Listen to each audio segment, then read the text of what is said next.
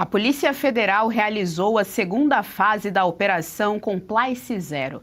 Desta vez, teve como alvo Fabiano Zettel, cunhado do banqueiro Daniel Vorcaro. Ele é apontado como organizador de festas frequentadas por políticos dos três poderes, o que gerou apreensão em Brasília. Enquanto isso, o ministro do STF, Dias Toffoli, criticou a falta de empenho da corporação e cobrou o diretor-geral, Andrei Rodrigues, pela demora. A repórter Berenice Leite vai trazer as atualizações aqui para nossa audiência do JDO segunda edição. Ela já está aqui conosco no telão. Berê, boa tarde, seja muito bem-vinda.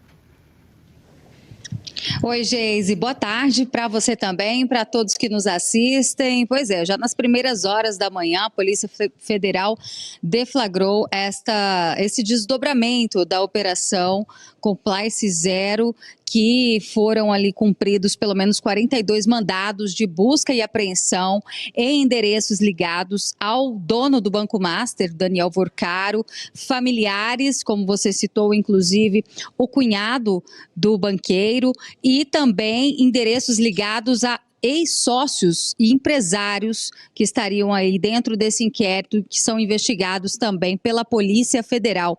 Operação autorizada pelo ministro relator do processo, que é o Dias Toffoli, mas já a gente vai entrar nesse detalhe. Antes disso, é importante destacar, porque durante essas buscas e apreensões chama a atenção, porque mais uma vez um deles foi pego ali pela Polícia Federal tentando sair do país, no caso o cunhado de Daniel Vorcaro.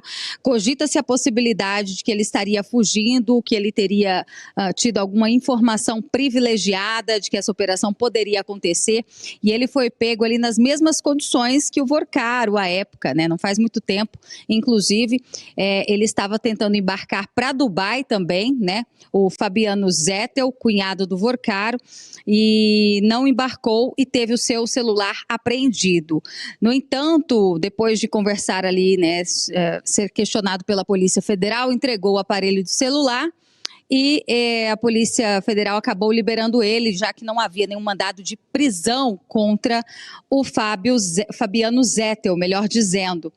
Bom, e também, dentre esses que são alvo ali dessas buscas e apreensões, a gente cita outros familiares, o próprio pai de Daniel Vorcaro, que aparece nas investigações como tentando ali transferir bens para a família, bens que seriam fruto aí de ativos do Banco Master, e a própria irmã também de Daniel Vorcaro, endereços ligados a essas pessoas que eu citei, todos passaram por essas buscas e apreensões. E o empresário também que aparece aqui nas investigações é o Nelson Tenuri. Ele é apontado como uma espécie de sócio oculto do Banco Master, né, um investidor, um empresário, e a Polícia Federal também conseguiu localizá-lo não no seu endereço fixo, mas sim tentando embarcar num voo nacional mesmo, com destino a Curitiba, né? Ele foi ali então abordado no aeroporto do Galeão e seguia para Curitiba. Teve também o seu celular apreendido, equipamentos que estavam ali com ele. Agora, além disso, vale citar também o papel da REAG. A REAG, que é aquela terceirizada, que destinou ali vários fundos de investimento, e aonde apontam também ali no início da semana a gente trouxe essa informação sobre familiares ligados ao próprio ministro, que é relator do processo, Dias Toffoli, e a REAG era uma espécie de intermediária, né? Ela acabava ali fazendo esse papel, uma ponte entre os investidores do Banco Master e o Carlos Mansur, que é ex-presidente da gestora, então, da REAG, também foi alvo de busca e apreensão. Bom, agora falando sobre o ministro Dias Toffoli, agora há pouco ele soltou uma nota, inclusive dando até 24 horas para que a Polícia Federal explique por que teria demorado para realizar a operação. Isso porque essa autorização, segundo ele, teria sido concedida no dia 12, né, e teria ali esse prazo de 24 horas. Mas ele alega que há uma semana atrás, a Polícia Federal, no dia 6 de janeiro, já havia solicitado realizar essa essa busca e apreensão nesses endereços e que ele teria autorizado. Então, ele fala que a Polícia Federal teria agido de forma, né, lenta, até porque após uma autorização do Supremo, ele teria ali, a Polícia Federal, 24 horas para concluir essas buscas e apreensões, o que não aconteceu. Inclusive, policiais federais que estão dentro dessa investigação alegam que estavam justamente ainda reunindo novas informações, né, e que a operação aconteceu justamente no dia de hoje, porque teriam ali descoberto que 2 desses que eram alvo de busca e apreensão teriam passagens marcadas, né, que foi o caso, inclusive, ali do empresário, que eu acabei de trazer o nome para vocês, e também o próprio cunhado do Daniel Vorcaro. Então, a Polícia Federal, nesse sentido, já traz algum tipo de explicação no sentido de não ter ali cumprido essas 24 horas, porque estava ainda apurando novos fatos.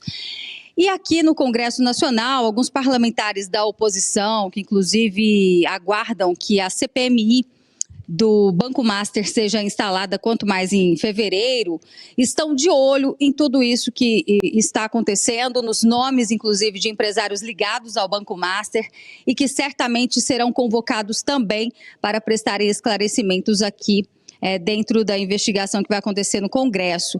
Eu conversei mais cedo, inclusive o deputado Sanderson, que é um policial federal de carreira, ele comentou sobre o assunto e destacou a importância do trabalho da Polícia Federal, que nesse momento tem feito um trabalho muito técnico. Vamos ver o que ele disse. Não há como não investigar tudo, investigar os fatos em toda a sua extensão nesta questão do Banco Master. E hoje, dia 14 de janeiro, mais uma fase da operação sendo realizada pela Polícia Federal, e nós, dentro do Congresso Nacional, estamos muito atentos, acompanhando. Tem uma CPMI já com assinaturas colhidas para que instauremos a CPMI do Banco Master, mas são esferas independentes, por isso a investigação da Polícia Federal precisa seguir e descobrir, esclarecer tudo sobre tudo. Muito bem, e o deputado Sanderson fala então sobre o prosseguimento das investigações no âmbito da Polícia Federal, Geise, mas chama a atenção que todo o material que foi apreendido pela PF durante a operação de hoje, o ministro e relator do processo, Dias Toffoli, ele deu uma ordem um tanto quanto inédita nesse sentido, que todo esse material fosse ali lacrado e acautelado, ou seja, levado para o Supremo Tribunal Federal. Geralmente, o que acontece é que os policiais imediatamente pegam todo esse material, principalmente celulares, né, que tem, a exemplo desses aplicativos de mensagem, WhatsApp, como existe ali aquele mecanismo em que as mensagens são apagadas temporariamente, em 24 horas. Então, primeira coisa que acontece ali após a apreensão desses aparelhos é justamente baixar todos os dados desses aparelhos, mas nesse momento tudo foi levado para o Supremo Tribunal Federal, e como eu disse, né, por ordem do ministro Dias Toffoli, está tudo lá acautelado. Há também, como vocês estão vendo ali, foi apreendido dinheiro. Então, será que fica o questionamento, inclusive com deputados com quem eu conversei mais cedo, para onde será guardado esses 380 mil em dinheiro e espécie, né? O Supremo tem ali uma estrutura para guardar isso, o ideal é que fosse, né, para a Polícia Federal. E os próprios carros de luxo também, são pelo menos 9 carros de luxo que foram apreendidos durante essa operação. E o Supremo Tribunal Federal tem espaço, tem um local adequado e seguro para ficarem ali esses veículos, né? Então, algo tanto quanto inédito que acontece, ministro Dias Toffoli inovando nessas investigações, mas que já é visto também por alguns policiais federais com quem eu conversei em off, algo que atrapalha as investigações nesse momento em que a Polícia Federal precisa agir de forma ágil. E todo esse material, né, até então, fica sob a custódia, digamos assim, do STF. Os policiais federais fizeram a apreensão, mas ainda não tiveram acesso a nenhum conteúdo, principalmente desses celulares, viu, Geise? Volto com você. Muito obrigada, Berenice Leite, pelas informações aqui no nosso Jornal da Oeste. Até a próxima. Gostou do conteúdo que viu por aqui no canal da Revista Oeste? Compartilhe e deixe o seu like.